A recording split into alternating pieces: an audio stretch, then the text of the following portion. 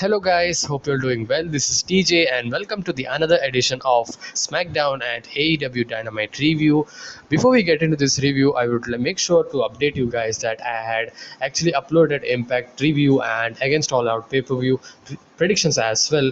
I had some issues in my editing, so I actually put upon this morning. So if you have not checked out, please make sure to check out that. And before getting into this review, please make sure to like this video, share it with your friends, and subscribe to my channel for more wrestling content like this. So now that out of the way, let's get into this review then. So the show actually started off with last week's happenings that we saw Rey Mysterio being attacked by Roman Reigns, and it was a great video package. And WWE actually does very good video packages, and this was top notch. It was great to see the music and effects that they used. It was particularly clear that what is the situation and what pathway are they gonna take because of what they had displayed last week. So it was pretty much kind of clear, but still was excited to see how it would be kind of, because it's more being made as a family versus family storyline now. And the attack that Dominic took, that was huge. And we saw that video package.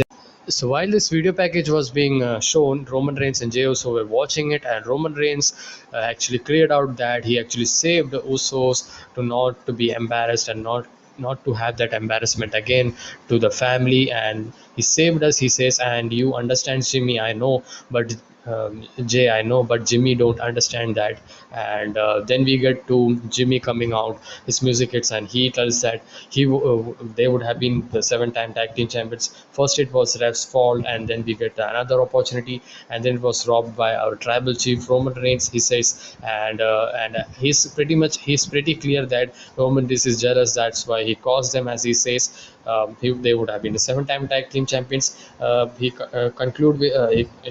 says, and he conclude with that he's gonna he's gonna he's gonna do something that he won't regret. Says, I thought about that. They are turning out for the rivalry for Jimmy Uso Reigns for the Universal title.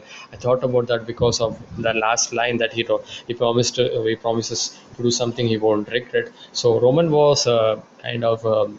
Is he gonna do something or something, and kind of confused what's gonna happen. And this was a situation, and this was good. And it is a normal SmackDown opening, like it opens with Roman Reigns and closes with Roman Reigns. So just to have that good show, so it's pretty cool to see Roman Reigns storyline, and it was good to see, and nothing to say about. And in the back, actually, Jay walks up on Jimmy, demanding explanation. Jimmy wants to know if Jay thought they could have won the belts last week, and Jay doesn't answer, but he seems annoyed. And Jimmy says, "This can't continue. This can't continue. I am fed up." And he busted upon, and he actually snaps and he yells about Jimmy being gone for a year and his loyalties with the tribal chief Roman Reigns, as Jay says, and he can't get out of it. And Jimmy says he will be in the Usos locker room if Roman wants him. And so that's the update that we got, that if Roman want to see us, he better come into our locker room, as Jimmy is saying. So this was the situation, and then we get to the action, between when we got to the first match, which was a tag team match between Big E and Kevin Owens versus Apollo Crews with Commander Aziz and Sami Zayn. So this is the whole situation of IC title picture. Big E wasn't there in this because Big E was being kind of taken away for a week or so because of Aleister Black's attack, I think so. But Aleister Black, as he's gone, so he's bring again to the IC title picture. So IC title picture, I mean, it was good to see 1 month ago, but it's kind of acting as a repetitive kind of thing.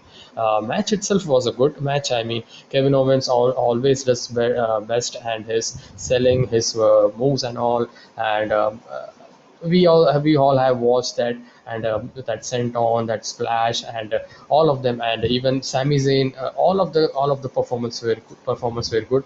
Apollo Crews is in the top of the food chain right now. I mean, in the character that he's portraying. And and him pairing with Commander Aziz is very good. So story of this match is like good guy versus bad guys kind of, where Sami Zayn actually attacked last week Kevin Owens after the match between Kevin Owens and Apollo Crews for the IC title.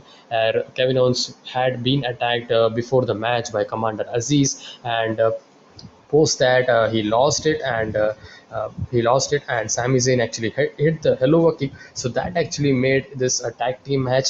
Biggie was never in this situation. I don't know Biggie where the hell Biggie comes. So they wanted to make tag team match, and they want to insert Biggie into the this picture. So that's why I think so they did it. So this was a good opener. I mean, no complaints. So all of them were a good performers here. So nothing to say about that. Was a story here, and I do want my thoughts about the forward going would be that I do want another new challenges for the IC title picture, because it's getting a bit old. I mean, Biggie had his match, and then Kevin Owens had his match as well, and it's getting little bored. I mean, they have good matches, but it's little getting bored. And I mean, introduce some other opponent or something into the picture. Maybe Shinsuke Nakamura or Chad Gable or something if you can. So that's my opinion that I've told. So this was a good match. Nothing to say wrong about. Pretty good match. And then we get to the second match, which was between Carmella and Liv Morgan. So before that, we saw that Roman Reigns is in his locker room, and he has Jay to talk with him. Roman looks for Jimmy and wants to know where he is. Jay says Jimmy is mad and talking a lot, but if Roman wants to see him, is go to their locker room, as he was insisting that prior to the first match. We actually I explained, and Roman seemed kind of amused that he wants to have. Did he have the locker room, or he want to kind of mocking him, kind of making fun of him, and okay, then Roman tells Jay to warn Jimmy that he's coming to talk then, and back to the ring then. Get to the second match after this, that Liv Morgan versus Carmella. I mean, I'm nothing wrong with this match. I mean, they perform well. Carmella is good. Her heel character is good. She looks good as well, and her performance in the ring as well. She's fun to watch. I mean, but this is becoming repetitive, and this time it's surprising that I actually read about the Liv Morgan is going to get a push, and this is the first step, I guess. Liv Morgan. This was a very short match. Liv Morgan get that victory by uh, pulling over a kind of a face buster from the kind of a bouncing of the ropes into the mat, using that force against her and hitting the mat, kind of finisher. So a very good new finisher that Liv Morgan has came up. So kind of innovative, I would say. And Carmella and Liv Morgan, and this is the match. Nothing to say about. It was just there, and just short match, nothing to say wrong about. And then we get to Ding Dong Hello segment, and this time it was the guest. This Seth Rollins was the guest, and man, actually watching this segment was so much fun. I mean, they had so much chemistry, man. Maybe they could make a tag team or something, or join Bailey or something. Join Bailey into that Messiah something or thing. Kind of. I mean. Because such was the chemistry between them. I mean, they were just laughing, I know, but laughing as well. They were having a point, and I mean, they were having a point in the character, and they were making fun of first. Actually, Bailey actually came out from the door and said hello, and she welcomes and invites Seth Rollins, and Seth Rollins had the cushion. Cushion couch, while Bailey actually sits on a stool, and Seth Rollins is very appreciative of what she's doing to him for that invitation, for that presentation. And then Bailey actually says that Seth Rollins actually said that what you have done to Bianca Belair is very good. What we were doing, the laugh segment and all, we also saw. And she's doing very entertaining segment, man. I mean, you could have watched this segment, so you could have known that this you should watch this segment. This was way much fun. It's better not to explain this because this was so much fun. A lot of laughs, but still it was fun. It was very funny while looking both of them laughing, and Seth Rollins really, both of them were really laughing in a real character, like a real discussion or something. And Bailey then puts on the Seth Rollins rivalry picture, that is Cesaro's, because we also actually saw Cesaro's attack. And then they had a mound of loss or something, and they just were kind of serious, and they just bursted out with another few laughs. And that was good. That was good as well. It was a fun segment. I mean, SmackDown, WWE does a good entertainment segment. Sometimes it does, and nowadays in these some weeks, WWE is doing good entertainment. I mean, in NXT as well, it's doing good. As well as in this as well, SmackDown as well. Monday Night Raw, I don't know. Monday Night Raw aren't seeing, but still, WWE is not kind of doing some lame kind of stuff. But still, this was a segment where then we got Cesaro actually coming out, and he hits the ding dong, and Seth Rollins says, "I will open the door," and he opens the door, and out comes Cesaro, and he completely attacks him, throws him around, and the set is completely destroyed of Bailey. And he's in the west. His pants are gone. He just runs away, and Bailey asks, "It's my set. Why are you doing things?" And out comes her business, Bianca Belair. And Bianca Belair actually she didn't came into the ring. I thought about that she would be coming to attack her, but she didn't came. She just laughs at the stage, just like Bailey's laughing. And Bailey was kind of irritated at that time as well. She was getting into the head, but I don't know. If you can get into the head of Bailey, because the one who is doing it is very kind of accustomed to it, more than who is actually being affected.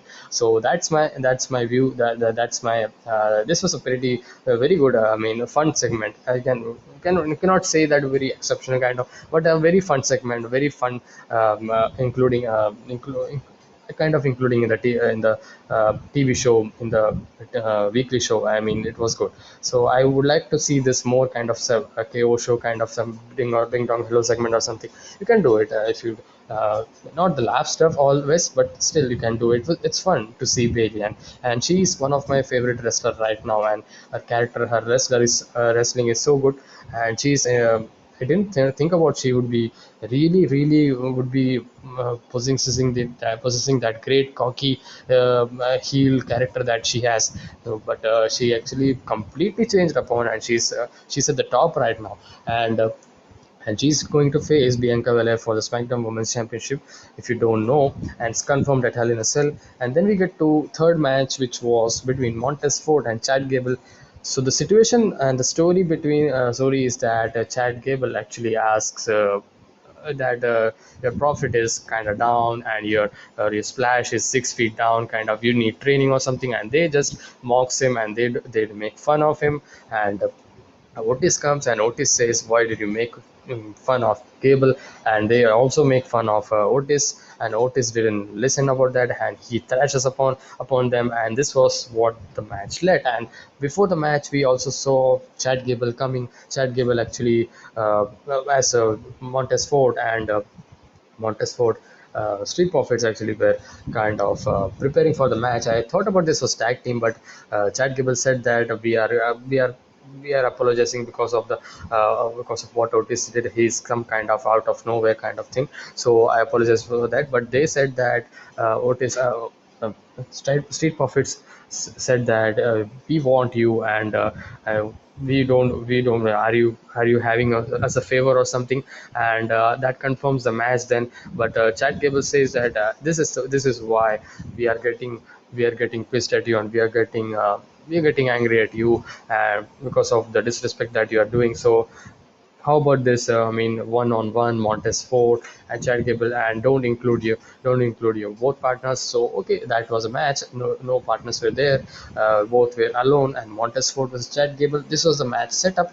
The match itself was surprisingly good. I mean, how much good of a Chad Gable is we've been seeing some weeks right now, and this was a way more display for Chad Gable and his Olympic guy and his athletic his amateur background was being literally shown here. Even Montez Ford was good. Montez Ford is more kind of high flying, where Chad Gable is more of a grounded kind of wrestler, and he likes he is a mat based wrestler, and he has that Olympic and amateur wrestling background, and he actually displayed lots of that maneuvers and lots of holds and takedowns and wrestling and all, and wrestling in the finest, I would say. But this was a good match. I like the meshing of the styles between two of them. Certainly, the story wasn't that good, but the match itself was good. But the match yeah, ended up in the disqualification where Ford actually Ford Ford slips to the apron, climbs up top, and then hits from the heaven that splash. But Otis comes out, and he completely destroys Montez Ford, and he was relentlessly attacking. And securities came out, even his partner Dawkins actually also come out, and they are pretty much they are kind of having a rivalry setup. I think so. I don't think so Hell in a Cell would be match. This match is confirmed for Hell in a Cell. Maybe after that they would be continuing this storyline. I mean, okay. I mean, they definitely are not in the SmackDown Tag Team Championship picture. So but and we are not going to see SmackDown Tag Team Championship being defended because of Mysterio's storyline that's going to play out. I think so. So at the point as I at the point of this at the point of this show, as I think so as I think so, that was I felt, and this was a good match as well. I mean, great display from Chad Gable, and we saw how much of a great wrestler he is, and given a singles run, he would be a great US champion or IC champion as well. I mean, he plays a good babyface as well as heel character as well, and we currently are seeing his heel character. So while I was saying that Otis came out and attacked Montez Ford, Otis changed his look. He completely shaved off his beard, and he's different right now, and he looks like a saint or a god or something. Yeah, he completely looks different, and it suits his character, and he looks more heel than before. And okay, this was a match, and then we get to the next match, which was a fourth match, a repetitive match, a rematch of the century kind of becoming, because this is kind of 3 or 4 weeks that they are dragging King Corbin with Shinsuke Nakamura, and again for that crown situation. And you're gonna see next week as well. This was a squash because Nakamura and King Corbin just wanted to fill the time. That's why they actually just thrown around, and Nakamura actually hits that running knee, that top rope knee, and Baron Corbin hit the deep six, and Shinsuke Nakamura was. Misses a kid but catches Corbin with a victory to roll up to pin, and Shinsuke Nakamura won again, a roll up pin, and he takes the crown, but he actually was attacked by Baron Corbin after the match, and Rick Boots actually got involved in this, and maybe we're gonna see Rick Boots and Shinsuke Nakamura versus something kind of tag team situation, and it's a new kind of stuff that WWE is doing. They like to include popular music stars and mainstream stars to just have that attention for the fans to watch out WWE, just to lure fans and viewers, and that's what they are doing in every show. Even SmackDown is doing that. WWE Royce had done that, and we actually are also seeing NXT as well going in that route, where Poppy actually returned to NXT, and she had a kind of a interaction with Candice LeRae, kind of that we had seen. So this was a situation I mean, next week this match is gonna again play out because Baron Corbin actually demanded he wants another rematch, and this is being termed as Battle of the Crown. And finally, I think so. This end this and just end this because ever since this was introduced, I was so excited while because of because of his gimmick that he was going, and because of Baron Corbin situation, I mean, Shinsuke Nakamura should move forward with this because Baron Corbin had done the job with that crown, and now it's the time for Shinsuke Nakamura. Baron Corbin just move on and give the Shinsuke Nakamura that crown and have him some good things and good rivalries or something. They can make it certainly, and yeah, I think so. So he certainly is a face. I thought about that. He's a heel. Shinsuke Nakamura is certainly a face. So we are getting into the main event as Roman is finally ready and heads with Jay and Paul Heyman to find Uso's locker room, and he heads to locker room and he actually and then we saw that Baron Corbin stuff that we actually discussed about. He demanding the match and Battle of the Crown next week match set up for Baron Corbin with Shinsuke Nakamura battle for the crown, and Jimmy is pacing in the locker room, and Roman and Jay walk up and Roman says that you are already in the Hall of Fame or some you are already in the Hall of Fames. You are the tribal chief. And Jimmy asks now what Roman has done this. He offers to fight with Roman kind of thing. Roman looks at him with a confused look. Why would they want to fight? And he was kind of in this segment. Roman Reigns was. I mean I'm highlighting this what all happened in a single sentence that Roman is trying to have Jimmy and Jey Uso to his corner because he knows that if they became a unit, they would be a very strong team and very strong family guys, and would put on pride. And he doesn't want to lose that pride and honor of that Universal Championship that he has, and doesn't want to lose that title. And he's completely sticked on to that. So that's why he tried kind of good way, and he wasn't kind of in a way in a mood or something where Jimmy Uso was just lashing out on Roman Reigns while Jey Uso uh, I actually get confused sometimes in the names and all. So Jimmy also says that enough. I mean, he yells at him, and he says that he says that I'm out of this, and he goes. And Roman is pissed, and Roman Reigns says that, but this is the family. You are the older one. You are the one who don't didn't want to doesn't want to have that kind of a thing that your brother is not with you. So have some discussion with kind of a reunion kind of thing that Roman Reigns was trying. So this was the whole segment that about some interesting situation because I didn't think about like that, but Roman Reigns played out pretty very respectful kind of thing. But he because he wanted to achieve that team and achieve that family thing that he possesses and that he wants. So this was a segment, and then we get to Rey Mysterio's segment, and Rey Mysterio actually heads to the ring. He's got issues with Roman Reigns because of how he was attacked by attack his son Dominic, and we actually saw Rey Mysterio's promos as a very heartfelt promo, and that was good by Rey Mysterio. And Rey Mysterio, right out of the bat, looking at him, such a storytelling, just looking out of his face because of his love for his son, and about his frustration and angriness that all was being shown while he was standing in the ring. And I don't know why. I mean, I don't know why mine. I mean, didn't have a kendo stick or something, but kendo stick, but suddenly kendo stick slides on someone. I think it was Dominic. I think so, maybe, but they didn't show that. But Roman Reigns would have seen that. I mean, it's literally in the front of him. So it would have been better if say Mysterio would have bring the kendo stick with him when he was entering the ring actually. And actually acknowledges, first of all, Rey Mysterio acknowledges Roman Reigns that what he has done is pathetic, and how he attacked and all, how he's being the family guy and have family kind of that attention that you're giving you are not like that kind of that, he said. And Roman Reigns then says that I appreciate that kind of he says that I appreciate that, I also acknowledges you.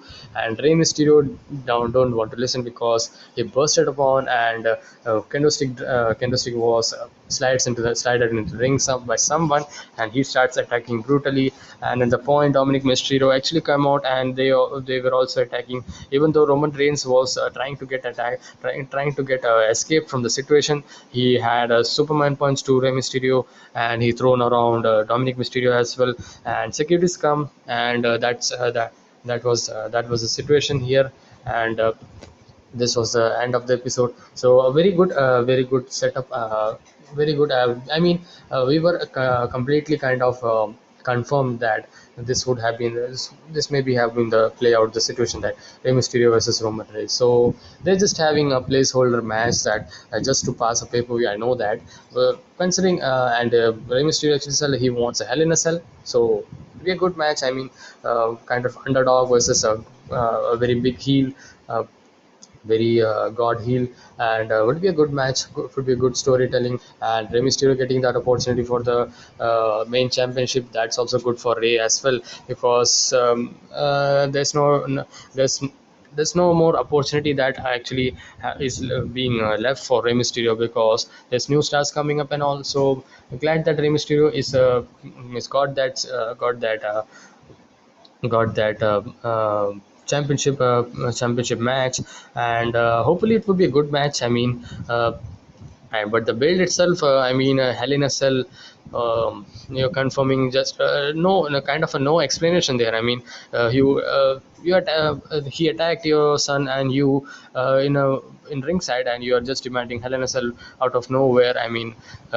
There's no justifying there to have the Hell in a Cell match, but still, Hell in a Cell match is confirmed in the men's. And in the women's, I don't think so. We are gonna see Hell in a Cell match. So last year's match was more exciting, had a more deep story than this. And Jimmy Uso versus Roman Reigns. I thought about that in the opening, but it is not happening. So I'm okay with that. No, we don't want the repetition of same storyline with what was did with what that was new that time. And that was the best storyline of, and that was the best storytelling that they told. And 1 year has passed us, man. Hell in a Cell, just like yesterday was over, kind of that memory still holds upon in my mind.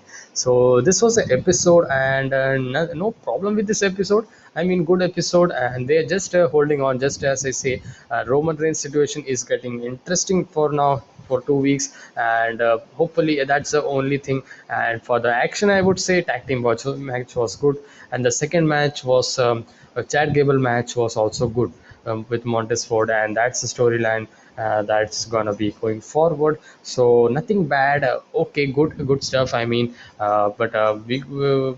hopefully, I don't think so. There's other matches that's gonna build up. IC title picture is, I don't know who's gonna challenge for Apollo Crews, because last pay per view. He didn't defended it, and he just defended 2 weeks against Kevin Owens, and that's it. And they definitely will have to include IC title. US Championship picture is more worse than this situation. So I want IC title. I want mid card championship being defended in Hell in a Cell. So don't know who's gonna be the challenger. So that's it. Roman Reigns storyline was the was the strong point of this episode, the drama, and all the story that's turning, as I said. So this was a show. This was a good show. So now we get into the AEW Dynamite show. So the Dynamite show was taped show this week, and we had the usual setup of the stage, like we had in the pandemic. The two-way for the wrestlers to enter and exit. And opening sequence, we saw Matt Hardy's in the Hardy family office is in the ring, and Matt Hardy says that he's jealous about Christian Cage, and he's gonna have some lessons by his one of his student, and Helico. and he's going to give Christian a beating. And this was the first match. Christian Cage comes out. Christian Cage versus Angelico, and this whole match was. I like this match. Opening match was good. I mean, Christian Cage is in kind of doing doing, or is in a position right now that he's not getting that main kind of storyline or something, but he's giving some good matches. His matches are never bad, and ever he actually he came to the AEW Dynamite. AEW actually, he doesn't had any bad matches or something, and his matches are very fun to and good to watch, and that tells the story. To say about. So this was this as well as Angelico was kind of overconfident what he was doing. He had that he had that mat based BJJ catch can wrestling that you can say skills, and that he was portraying on Christian Cage, trying to control him. The Christian Cage had that experience advantage, and he was escaping from every situation from his all of the experience and speed and quickness that he possessed. So Angelico was making more grounded and making more grounded grounding Christian Cage, and targeting that arm, but targeting the arm, but Christian Cage actually targeted the arm, and he actually repeatedly had damaged his Angelico's arm, and he actually also had that. Top rope neck breaker as well, kind of a scorpion dead drop kind of a maneuver from the top rope, and that was cool. And this was a good match, even though this was slow match, but it was it was going good step by step. I mean, I like this match. It's a good opening match, and Christian, as I said, puts on very good match. And by seeing this, I don't know thoughts. I mean, forward. I mean, I don't know what's the thought, and I think so. Christian Cage versus Matt Hardy, they're gonna have in some of the in next month or so. I don't think so. Next week they are not there, and this isn't confirmed. But maybe we are going to see Christian Cage versus Matt Hardy, and that would be good. I mean, we are getting a kind of a dream match. I mean, not a kind of a dream, very kind of demanded dream match or something, but still kind of a very good match that we can get. Matt Hardy is a very good performer. They both had their run in WWE, so they had their both history going on. So Christian Cage versus Matt Hardy, that would be a good match. And this was a match. And post match, we actually saw Jake Evans runs and lay out Christian, allowing Matt to hit another twist of fate. And so this is the situation that played out. So the match was good, and we get to the breaking news that the July schedule AEW has put upon that July 7th it's gonna be a special episode of AEW Dynamite. It's called Road Rager, and July 14th is Spider Fest Night 1. July 21st is Fighter Fest Night 2, and July 28th will be concluded by Fight for the Fallen. So that's a month, July month of AEW special shows that's gonna come. I mean, AEW has lots of special shows. I mean, I don't say it's wrong or something, but they have many shows. I mean, yeah. So Tony Schiavone is then comes out, and this was announced last week, and Cody Rhodes has his some announcement. So it's none other that it's a very good news that's coming out that Tony Schiavone comes out and he has his announcement, and next week it's QT Marshall. And Aaron Solo versus Cody Rhodes and Brock Anderson. And while Tony Giovanni was saying Brock, I mean, I was shocked. They have been doing many signings right now. I mean, Brock. I mean, it's Lesnar or something. I was thinking about that, but it's not Brock Lesnar. I mean, it was Brock Anderson, and it's none other than Arn Anderson's son, Brock Anderson, and he just looks like his father. Is good looking, and we would have to see his wrestling skills. And I have not watched it. So did he have the match or something in AEW Dark or something? I don't watch AEW Dark or Dark Elevation, so I don't know. So a pretty good moment for Arn Anderson and his for his son as well, making the debut into the wrestling, into his father's pathway. So both are gonna team up because QT Marshall actually attacked Arn Anderson. In this segment, and Brock Anderson actually had some strikes elbows onto the face, and grounded strikes, and the securities come out and he was pulled apart. So this was a match that's getting confirmed, and QT Marshall says that creating nepotism, kind of a vanity project, Cody's vanity project. So QT Marshall, I mean, he was so much improved in this promo. I mean, you could see his improvement right there. If you see, if you watch this promo, he really wasn't that promo guy, but he really is improved. I mean, he was very good, cut a very good promo, and really told a good story, good, uh, good. Good analogy. I can say that good analogy for his character and his heelish character that he has. So next, this was a segment, and then we get to another tag team match which was announced last week. While Pac and Penta El Zero Miedo wasn't that kind of interested to team up with Eddie Kingston against Young Bucks and Brandon Cutler, because as Park and Penta Zero Mido were getting attacked post match. Last week's AEW Tag Team Championship we had versus Young Bucks, and post match they were attacking. So Eddie Kingston actually comes out an uncalled savior. So this was the match. This was a story that actually played out going to this match. So this was as a match, I would say this was a okay match. I mean, initial moments, initial 5 to 10 minutes, yeah, close to not a 10 minutes or so, close to 7 minutes, you can say. Below 10 minutes, this match was very slow, dragged upon character work. That's a Young Bucks character work, slow, methodical thing, and they just mocks Randy Savage every week and so, and it's just so funny to see them doing that. I mean, they are really doing well, man. They are really very top at the top of the hill character now, and that was the thing for several minutes. And post the tag to Pac, actually Penta Zero Miedo, that was good. I mean. That was good. Brandon Cutler was getting his ass kicked, and he wasn't doing that great. But he had his interference as well, distraction as well, and Penta Zero Miedo and Park had that moment, and that was good. And we also see Eddie Kingston and Park having that moment where he says, "Please, we can dive dive on to Young Bucks," and he actually okay then, and he dives on, and that was good. So as this two half for this match, first half was bad. I mean, second half the pace actually picked up upon, and it was good. And spots were there, but not kind of. Spots is getting legs for Young Bucks right now, because they are now heels now.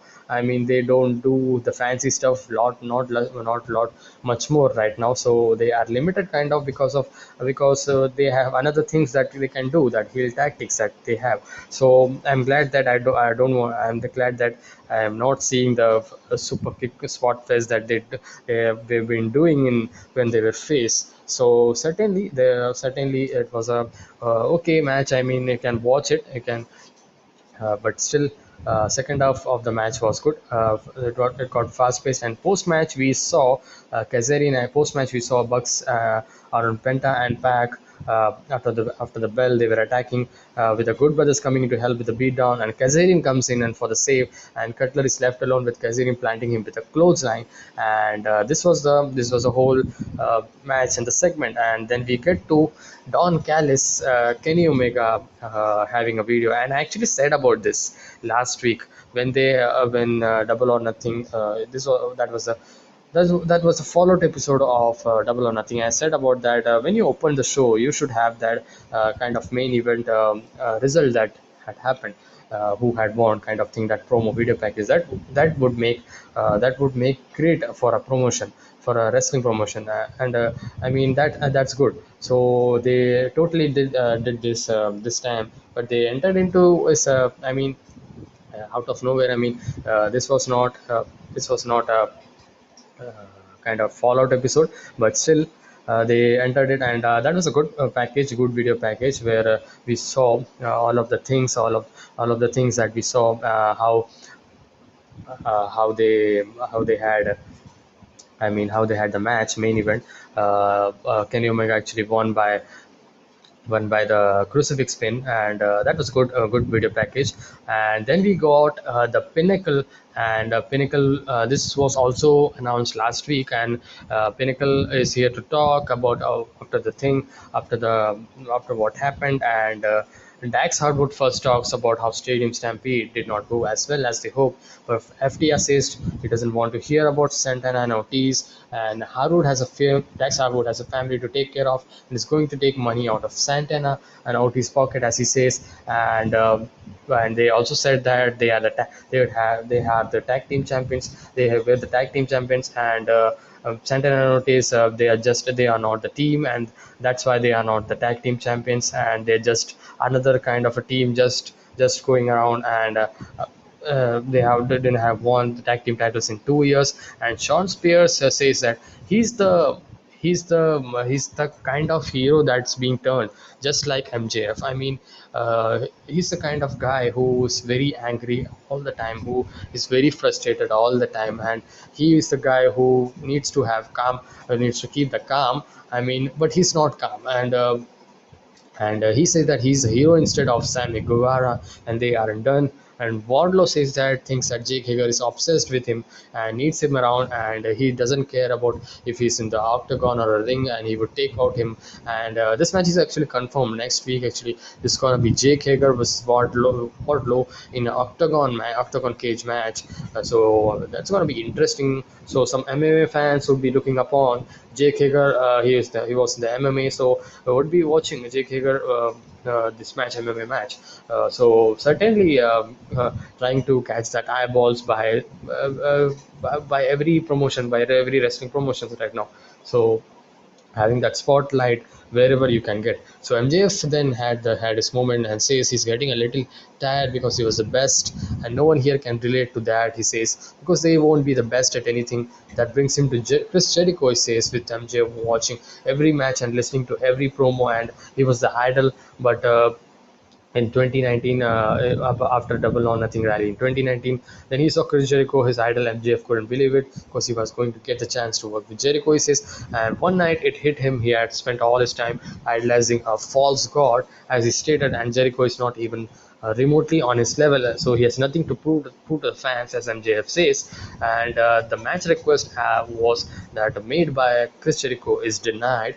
So MJF is moving on to Sammy Guevara, and Sammy can't compete in the talking department because he's a little. He says that he's the verbal skills of Helen Keller. I mean, great man. This guy, his analogies, examples, so good, man. I mean, his promo is great, man. It's very good, great to listen. But this rivalry is getting old, kind of. I mean, I'm kind of bored right now because, but it's kind of changed right now because all are going to their separate rivalry. Jake Hager going to Wardlow, and Sammy Guevara, Santana Ortiz going with that FTR, and MJF going with Chris Jericho, uh, Sammy Guevara having Sean Spears. So having that 1-1-1 storyline, but how are they going to play out this match? I mean, they're going to play out in weekly basis. You cannot do in the paper or something. Yeah, so that's pretty difficult. How it's I don't know how the story is going to be. I mean, at this time, I think upon that maybe some breakup or something would be a pretty interesting stuff that's because two factions, it's pretty difficult to be held upon in a promotion, because who's on the top? This question is always being in the loom by the fans. So that's pretty difficult to have that situation being adjusted upon. So the pinnacle was this was a pinnacle segment, and then we saw Chris Jericho is on the screen, and this Inner Circle, Pinnacle says they can walk home because Inner Circle is destroying the Pinnacle's limo with the bats, with the hammer and all that things. So they had the spray paint, and they had something written on it. And we also saw forklift as well, destroying the vehicle and picking the vehicle as well. I mean, I was I kind of surprised that actually that forklift actually picked this giant limo, kind of nothing. But this was a segment, and they really did a very good segment. I mean, the inner circle was more great than this. I mean, and that destruction kind of thing we always love about, and they are. Bringing upon that old school stuff that we have seen in WWE, so that's good. So if the one team that I want to say stick is Inner Circle, I mean that you can go either way, but still, I mean, Inner Circle is looking very very strong right now. Then Pinnacle. I mean, Sean Spears is kind of having that heroes and kind of he's a hero. He says, and he's. I mean, he can I mean, in a storyline, I'm saying maybe he can turn on MJF or something, not in a future or something. Maybe I think about like that. So he can be a new leader or something for the Pinnacle as well. So just a thought about I said, and Darby Allin and Sting is in the back, and he wants Sting to say. Uh, Sting to say that to stay home for his handicap match with Ethan Page and Sean Spears. Actually, sorry for that. Sting says Allen has nothing to prove because he was a TNT champion, and before Sting came out, and it's not about that. As Darby Allin says, just stay home this one time, and Sting agrees, and you got this. I'm staying at home. I'm not coming. I says so. Maybe some. Bad situation that's going to happen for Darby Allin because Sting is not going to be here, and TNT title match was coming up. This was the match was confirmed as well. Evil Uno talks about Brody Lee, what he meant to the Dark Order, and he wants to bring the TNT title back to the Dark Order. They actually had some tribute segments, tribute as well for Brody Lee, late Brody Lee. So TNT title match is the next match. Miro versus Evil Uno. This was a good match. I mean, Miro's TNT title reign. I mean, I don't have any problem if they're doing some weekly stuff or something, weekly TNT defense, title defense. But I mean, I want to say that have some storyline, bro. Have some storyline. I mean, just having out of nowhere, and you say that you actually have the rankings, and according to the rankings, you actually have the match, but does TNT title don't have the ranks? I don't know, but even okay then. But still, there's no story going on. I mean, okay, Evil Uno is good. I mean, they had this little tribute there, and Evil Uno versus Miro. This was an okay match. I mean, that thing to say about Evil Uno tried his best, and he was trying and trying. That was the story here, and Miro was getting with his power moves, and he was just destroying Evil Uno, and out comes Dark Order and all to have to cheer him up. I didn't think about 1 second that Evil Uno would be winning the TNT title because there's not no stomach. I mean, we know that Brody Lee is passed away, but I mean that field I didn't came about that Miro would be losing at such a fast or kind of something for to Evil Uno. So he wasn't successful, and Miro with that straight jacket lock and that loud height that he does. So that was it. This was a short match. I mean, this was a okay match. I mean, I don't have any problem having the TNT title defense, but make it some storyline, man. Miro can do really great in the promo, and by that small story with Lance Archer, I enjoyed his work. I mean, have some promo. I mean, not like just blank promo or something. Have some serious storyline with anyone. Yeah, there's so much talents you guys have, so you can do that. I mean, just like you do AEW World Title or Tag Team Championships and all, do that with TNT title as well. You can definitely have that title defense week, but every week I don't think so. That's necessary or something. I don't. I know that it's a TV title, but still, I want to see story being laid out to Miro's TNT, but because then there would be this would be a kind of another kind of reign, because this time it's a heel who's having the championship. So to have that heat going forward for Miro, they would have to build him up with a very good storyline, because last time it was Darby Allin, he had a Sting, and that was a presence that actually made the Darby Allin. I mean, Darby Allin was good, but still Sting's presence was very had that very good experience, and a very good kind of reign given for Darby Allin. So this time, this is a heel, and I mean, I want to see the story. That's it. I'm saying so. and then we get a video on Andrade El Idolo, and we also actually see the announcement last week by Vicky Guerrero. It was shocking. I didn't think about Andrade's. I mean, rumors were there, but I didn't think about he was going to debut last week. So he says that he had the small little promo. Didn't say about anything video package, and just say Andrade El Idolo, face of Latinos. That's it, and we are going to see next week a sit down interview with Jim Ross of Andrade El Idolo. So that's good. So then we got Kenny Omega and Don Callis comes out for a chat because we are 2 weeks. I mean, they are having the championship match. I mean, I think so. It's next week. Yeah. Let me see. One second. So they have pushed this AEW title match to 1 week ahead, and this is going to happen on June 26th, a Saturday, and this is going to be Saturday. I mean, I'm fed up with this kind of schedule that AEW Dynamite is going with. I mean, in August, AEW Rampage is coming out. I mean, AEW is really struggling as well in their ratings as well. I mean, they are not doing as well as they were. I mean, for past few weeks, at least as I'm really focusing upon AEW Dynamite.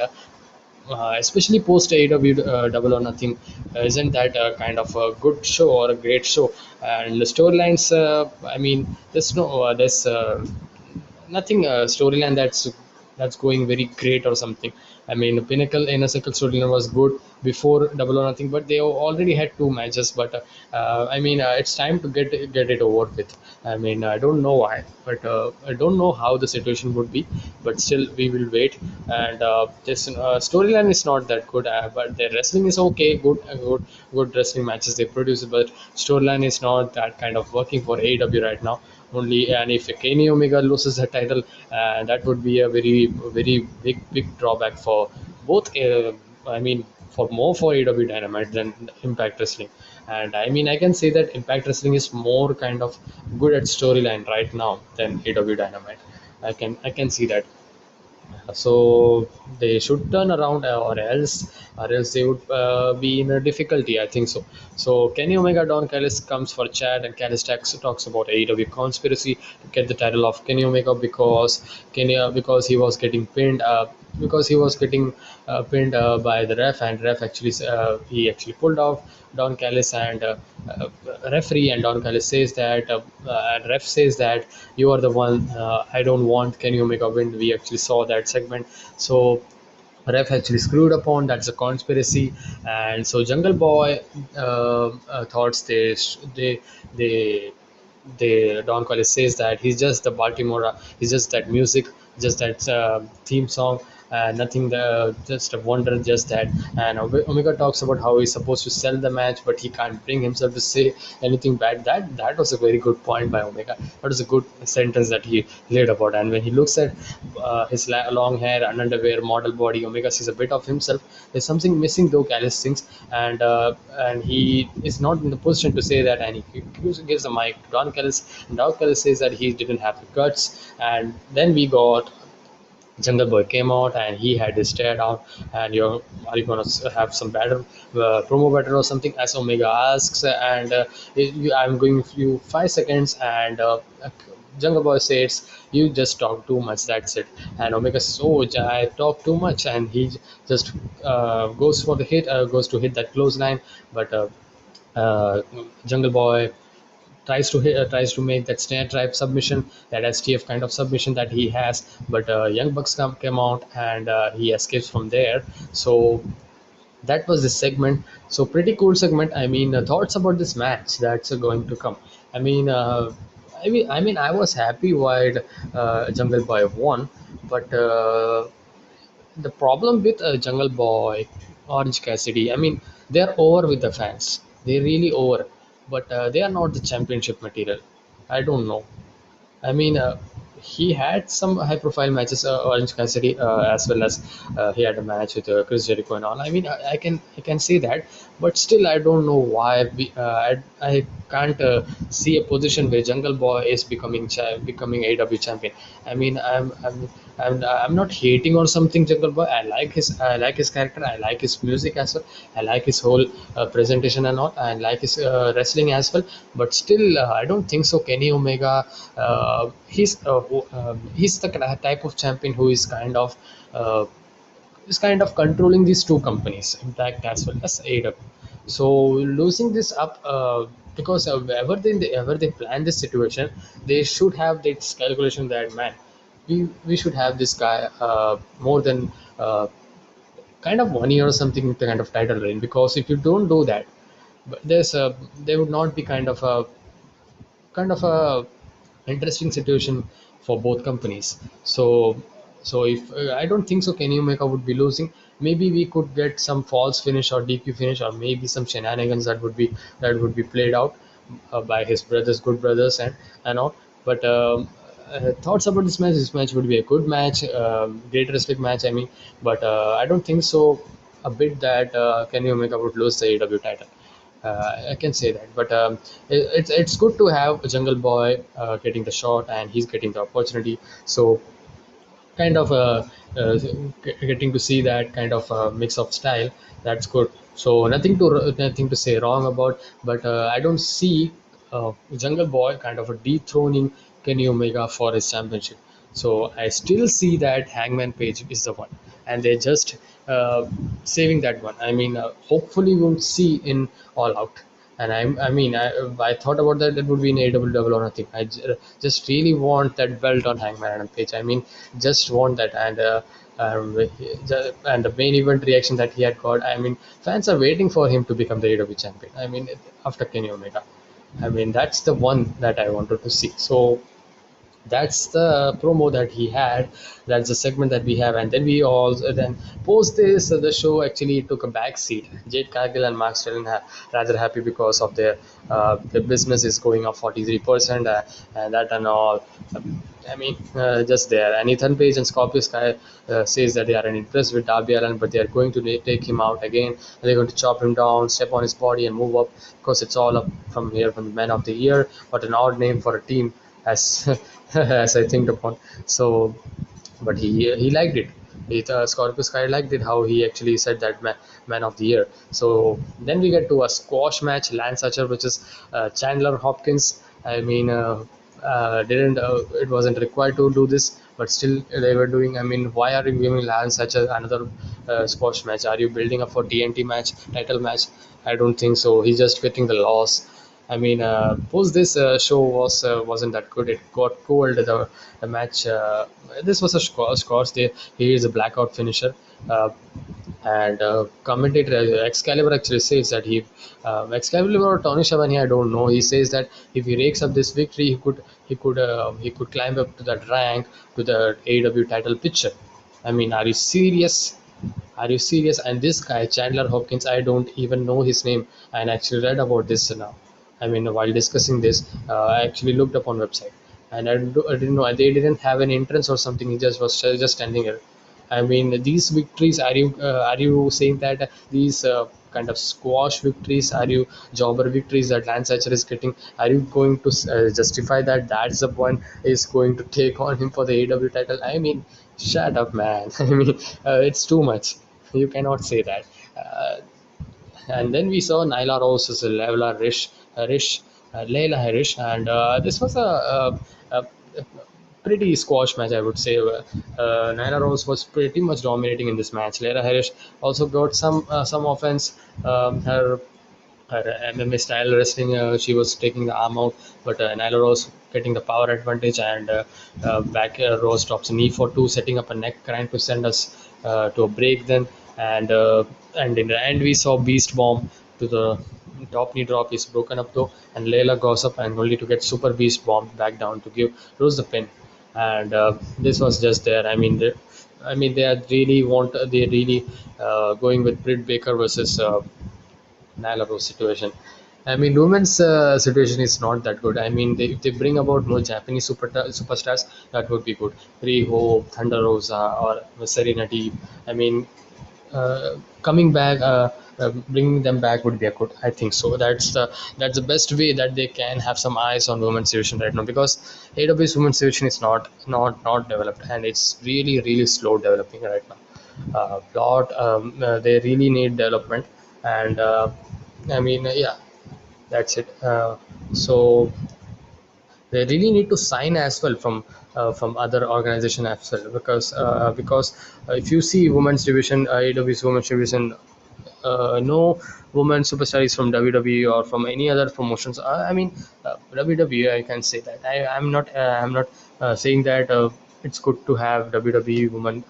It certainly is if you think so, and certainly had the success for AEW as well. If you see, that's a kind of 50-50%. I mean. It's good as well, it's bad as well. It's because you ought to build. You should build your own wrestlers as well as you should have some stars as well.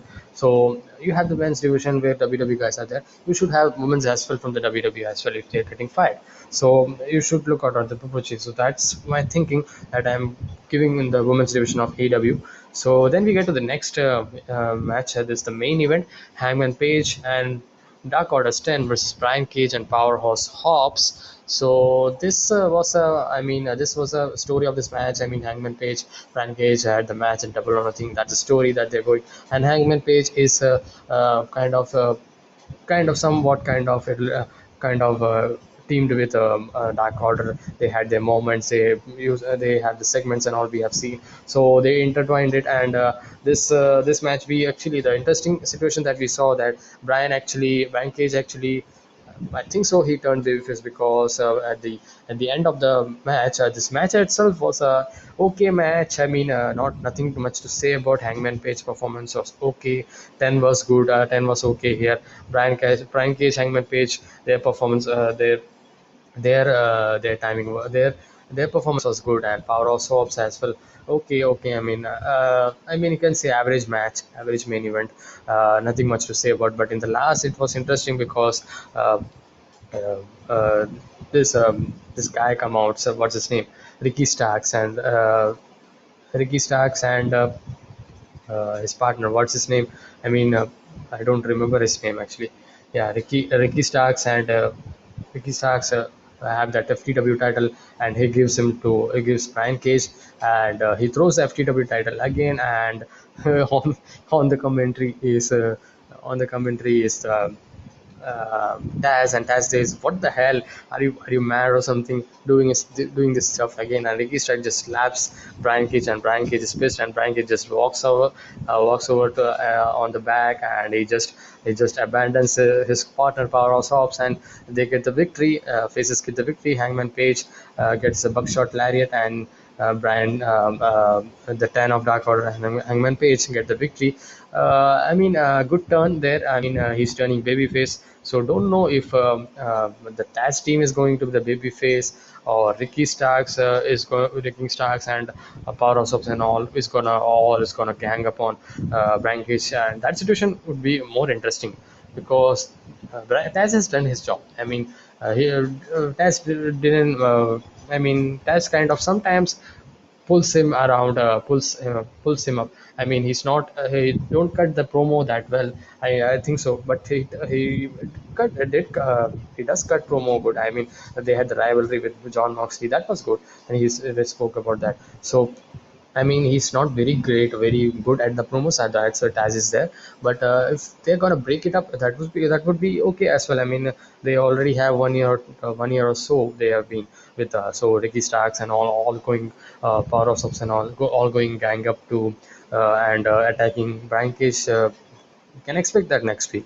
So maybe then Brian Cage would be a babyface then, and he would be walking around with his own storyline then, and maybe we can get FTW title put over to Ricky Starks or something, and maybe he can be the big star at the Taz team. I could look at that situation. That would be a very good situation to just to burst out of the bubble that he's trapped upon, because Ricky Starks is very good, and fans already have said that he's just have the resemblance of a Rock and all, and but he's not the Rock, but obviously, but he's not a complete kind of a Rock character, but still he can have that. can the main guy kind of in the team of Taz, if Taz and all. And that's the situation I want to see. Brian Cage completely being left out of this team and attacking all of them, attacking Brian Cage. So that's it. This is the review of AEW Dynamite. I hope you liked it. This is what all happened. I mean, I don't like to compare both the shows, but still, if because these shows are on the same day, but different timings. But still, I watch the show. I watch SmackDown first, and then I go to AEW Dynamite. So kind of comparison that comes through. So definitely, Roman. SmackDown. Actually, I'm saying Roman Reigns because SmackDown. Roman Reigns should be the brand name of SmackDown because that's the thing that's going on. So SmackDown is doing good, but SmackDown was good this week. Then AEW Dynamite. AEW Dynamite really needs to improve. I mean, they are not doing it good. I mean, I hope so. Into the July month, maybe big shows are coming. They had laid out the plan, Fighter Fest and all. They rakes up some. They rakes up and they brings about some good rivalries, good storyline, good characters. I mean, some great things, some very great heel turns or something. You can see. I want to see that. I want to see some very game changing things because it's kind of in a mode that's just going around, and Andrade Idolo coming around, and hopefully that match I want to see. Maybe we would be getting at. I mean, next review is all out. So maybe I would say that I want just Hangman Page, but still Andrade Idolo's Kenny Omega, that would be a sellout match as well, man. Think about that. So Andrade Idolo, I mean, he should go for the AEW Championship after Jungle Boy. Certainly, I want that. And if he goes for the fight for the Fallen, and they have that good 4 week build up, they can certainly do it. And he would be a very great challenger. This is the kind of challenge you can see. The man, you can win that. You can win that, and. I think so, but I still say that Hangman Page would be that AW or is planning that. I have the thought would be taking that title from Kenny Omega. So that's my thoughts going forward for AW Dynamite. This is a show review. Hope you liked it. Please make sure to like this video, share it with your friends, and subscribe to my channel for more wrestling content like this. And I will see you guys with the NXT takeover in your house prediction as well tomorrow. And we have special shows reviews coming up. So wait about that. And I'm introducing a new series as well next. Tomorrow, actually tomorrow Sunday, hopefully I will try to have that. So please stick to this, and please subscribe to my channel and hit that bell icon to get notified whenever I put the reviews upon. So I will see you guys in the next one. Until then, be safe, stay energetic, peace.